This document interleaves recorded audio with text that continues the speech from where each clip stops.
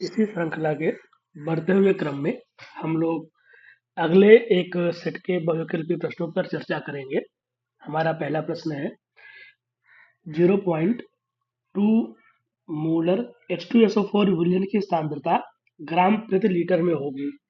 तो जो हमको दे रखा है H2SO4, इसकी जो सांद्रता है वो है 0.2 मोल प्रति लीटर। हम जानते हैं कि अगर कभी हमें मोल को बदलना होता है ग्राम में, तो सूत्र होता है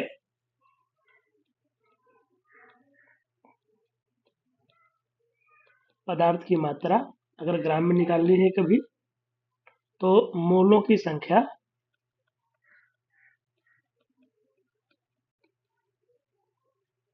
गुणे मोलर द्रव्यमान। तो अगर हम करके देखें तो यहाँ मोल है 0.2 और इसका मोलर द्रव्यमान होता है H2SO4 का 98। तो ये हो जाएगा 19.6 ग्राम प्रति लीटर।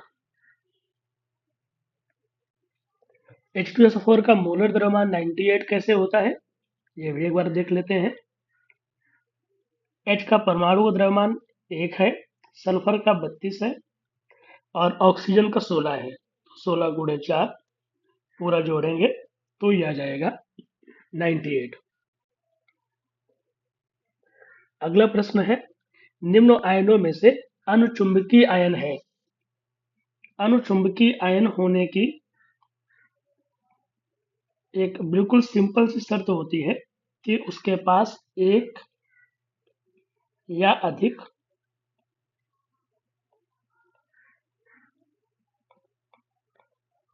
अयुग्मित इलेक्ट्रॉन होने चाहिए।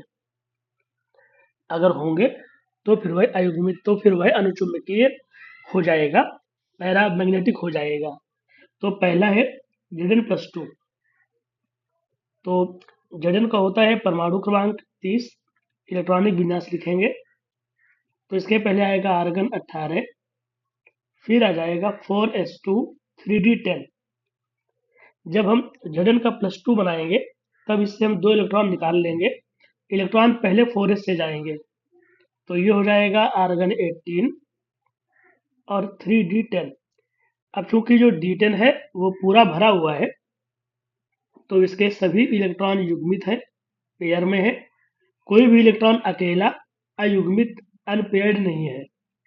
तो यह कैसा हो जाएगा, प्रतिचुंबकीय डायामैग्नेटिक।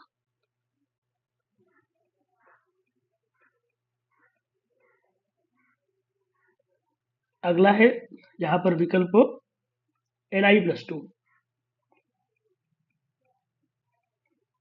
Ni+2 करेंगे तो निकिल का होता है 28, 28।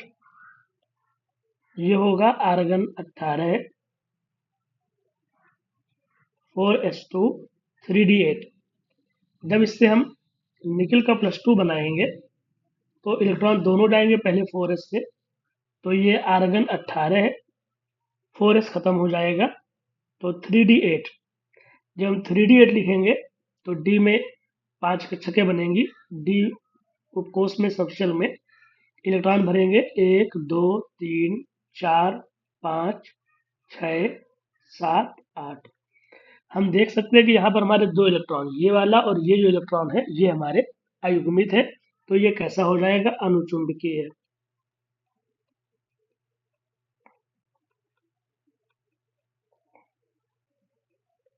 अगला प्रश्न, अगला है इसका विकल्प करने के लिए, तो उत्तर ये होना चाहिए Cu+2।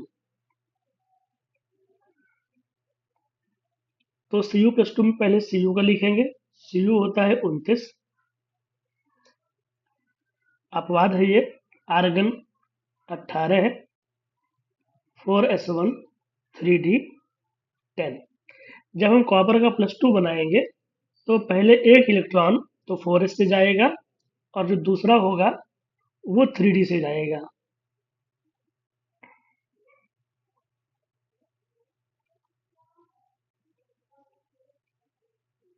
1 2 3 4 5 6 7 8 9। तो इसमें जो ये इलेक्ट्रॉन बच रहा है ये भी कैसा है, अयुग्मित है। तो ये कैसा हो जाएगा, अनुचुंबकीय।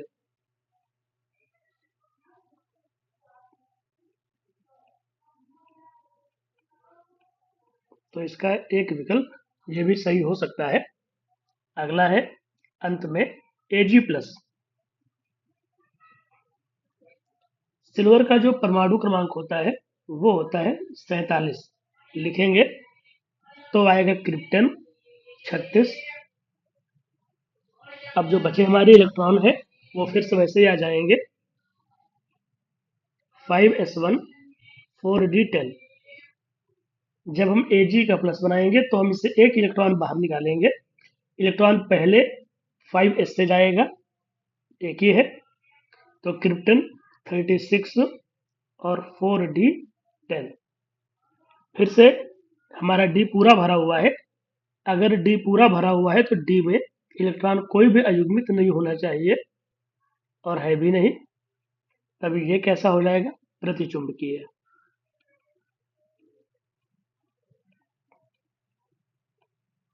तो हम समझ गए कि अगर इलेक्ट्रॉन अयुग्मित होंगे उपस्थित तो अनुचुंबकीय है, अगर इलेक्ट्रॉन अयुग्मित एक भी नहीं है तो प्रतिचुंबकीय है। अगला प्रश्न देखते हैं, निम्नलिखित में कौन सा आयन उपसह संयोजन यौगिक नहीं बनाता है। उपसह संयोजन यौगिक या कोऑर्डिनेशन कंपाउंड बनाने की जो शर्तें हैं उनमें से एक प्रमुख शर्त होती है कि उसके पास वैकेंट या खाली डी कक्षकें उपस्थित होनी चाहिए। अगर उसके पास खाली डी कक्षकें होंगी तो वह इस तरह के यौगिक बना सकता है। तो अगर हम बनाएंगे सोडियम Na+, तो पहले सोडियम का इलेक्ट्रॉनिक विन्यास होता है नियॉन, या पूरा लिख देते हैं, छोटा सा है, 1s2 2s2 2p6 3d1। अगर हम यहां से Na+ बनाएंगे, सॉरी 3d1 नहीं होगा ये, 2p6 और 3s1। जब इससे हम Na+ बनाएंगे तो ये हमारा आएगा 1s2 2s2 2p6। तो अभी इसमें 3d नहीं आया है, तो कोई डी खाली कक्षक भी नहीं है, तो इस प्रकार का ये यौगिक नहीं बना सकता है। इसका और भी एक संभावना है कि जो उपसहसंयोजन यौगिक है यह संक्रमण धातु में या डी ब्लॉक वाली धातु में बनाती है, जबकि हमारा जो सोडियम है वो एक एस ब्लॉक का तत्व है, तो वह उपसहसंयोजन यौगिक नहीं बनाएगा। जबकि क्रोमियम, कोबाल्ट, ये सभी हमारे ट्रांजिशन मेटल्स हैं, संक्रमण तत्व है, डी ब्लॉक के हैं, तो ये बनाएंगे। इनमें खाली डी कक्षकें होंगी इसलिए बनाएंगे ये। तो इसको ऐसे देख सकते हैं हम। अगला प्रश्न है, एसिटिक अम्ल की हाइड्राजोइक अम्ल के साथ सांद्र सल्फ्यूरिक अम्ल की उपस्थिति में निम्न ताप पर क्रिया कराने पर, तो हम जानते हैं कि ये हमारी श्मिट रिएक्शन है।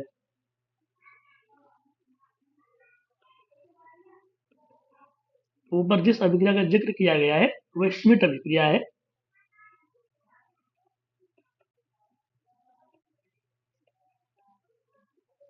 अगर आपको रिएक्शन याद हो तो ये रिएक्शन होती है किसी कार्बोक्सिलिक अम्ल की हाइड्राजोइक अम्ल, जिसका सूत्र है N3H, के साथ सांद्र या कंसंट्रेट H2SO4 की उपस्थिति में। बिल्कुल सिंपल सी क्रिया है,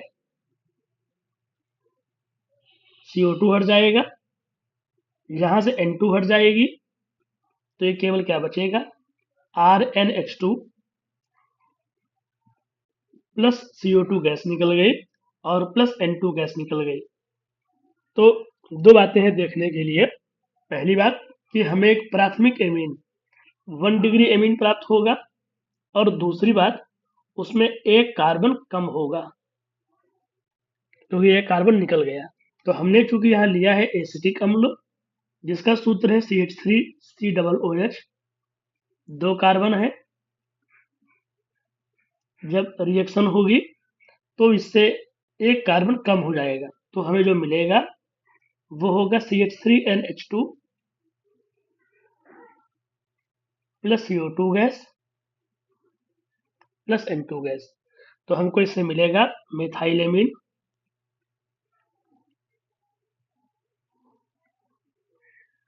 तो हमारा इसका उत्तर होगा मिथाइलेमिन, दूसरा विकल्प। अगला है एनिलीन के ब्रोमीडन से प्राप्त होता है। एनिलीन के ब्रोमीनीकरण से क्या प्राप्त होगा? तो हमको पता होगा कि जो एनिलीन का NH2 समूह है, ये अनुनाद के कारण अपना इलेक्ट्रॉन युग्म बेंजीन श्रृंखला की ओर भेज देता है, जिसके कारण यह एक प्रबल स्ट्रॉन्ग रिंग सक्रिय करने वाला रिंग एक्टिवेटिंग ग्रुप है। एनिलीन रिंग को बहुत ज्यादा एक्टिव कर देता है, इसीलिए रिंग इतनी एक्टिव है कि जैसे ही हम एनिलीन पर क्रिया करते हैं, हेलोजिनेशन की क्रिया करना चाहते हैं, ब्रोमिनेशन की क्रिया करते हैं, तुरंत ही ब्रोमीन एक साथ सारे आर्थो और पैरा पर, ये आर्थो है, ये पैरा है, ये आर्थो है, तो तुरंत ही ब्रोमीन एक साथ सारे आर्थो और पैरा पर आ जाएगा।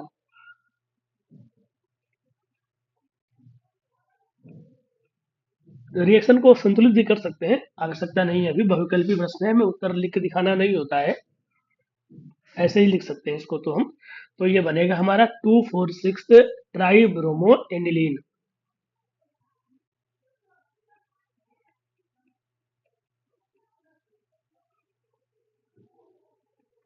तो हमें एक ट्राइब्रोमो एनिलीन प्राप्त होगा। अगला प्रश्न है इंसुलिन के जल अपघटन से प्राप्त होता है। जो हमारा इंसुलिन है, ये एक फ्रुक्टोज से मिलकर के बना होता है, पॉलीसेकेराइड है। जब इसका जल अपघटन होगा तो यह हमें फ्रुक्टोज देगा, तो हमारा इसका उत्तर होगा फ्रुक्टोज।